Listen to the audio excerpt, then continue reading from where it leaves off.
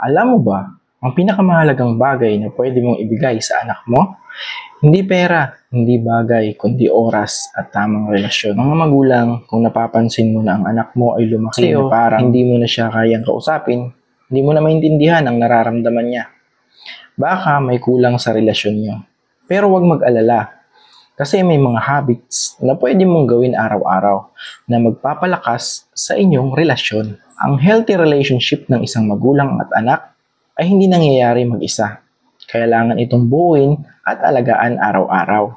Kaya narito ang 7 habits na makakatulong sa inyo bilang magulang at anak. Sa dami ng trabaho, stress at mga problema sa buhay, minsan nakakalimutan natin magbigay ng oras at atensyon sa anak natin. Pero anong epekto nun sa kanila? Hindi nila nararamdaman na importante sila. Hindi nila nararamdaman na may pagmamahal sa kanila ng buong buo. Habang lumalaki sila, nawawala ang koneksyon.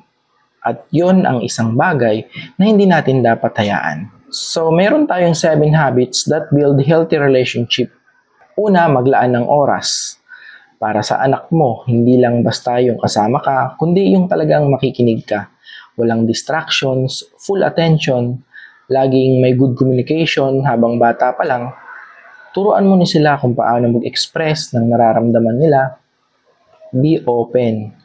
Para pag tumanda sila, hindi sila matatakot magsabi ng totoo.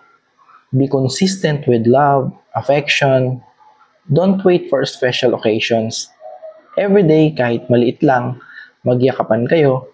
Ang mga simpleng yakap, words of affirmation, mga sinabi natin, sila ay natututo sa mga ginagawa natin.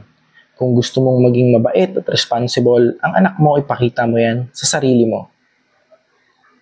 Pangatlo, create a safe and open environment. Huwag silang gawing takot sa mga rules. Ang importanteng bagay ay matututunan nila sa safe sila at pwede silang magsalita freely. Gawin mong open communications ang lines nyo. Sumunod, spend quality time together. Ang time na kasama mo sila, kahit simpleng paglalakad o pagkain, ay priceless yon. Laging maglaan ng moments na kayo lang. Next is teach responsibility and respect. Pakita sa kanila kung paano maging responsible at mag-respect sa ibang tao. Ang pagmamahal at respeto ay natututo sa araw-araw na buhay. Mga magulang, hindi nyo kailangang maging perfect. Ang kailangan lang ay effort at pagmamahal. Hindi lahat ng araw ay magiging magaan. Pero kung consistent kayo sa paggawa ng mga habits na ito, makikita mo ang pagbabago sa relasyon ng mga anak mo.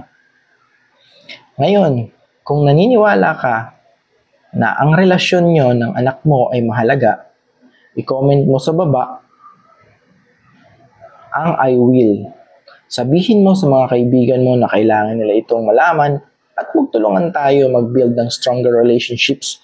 I-share ang video na ito dahil ang bawat magulang at anak ay deserve ng healthy relationships.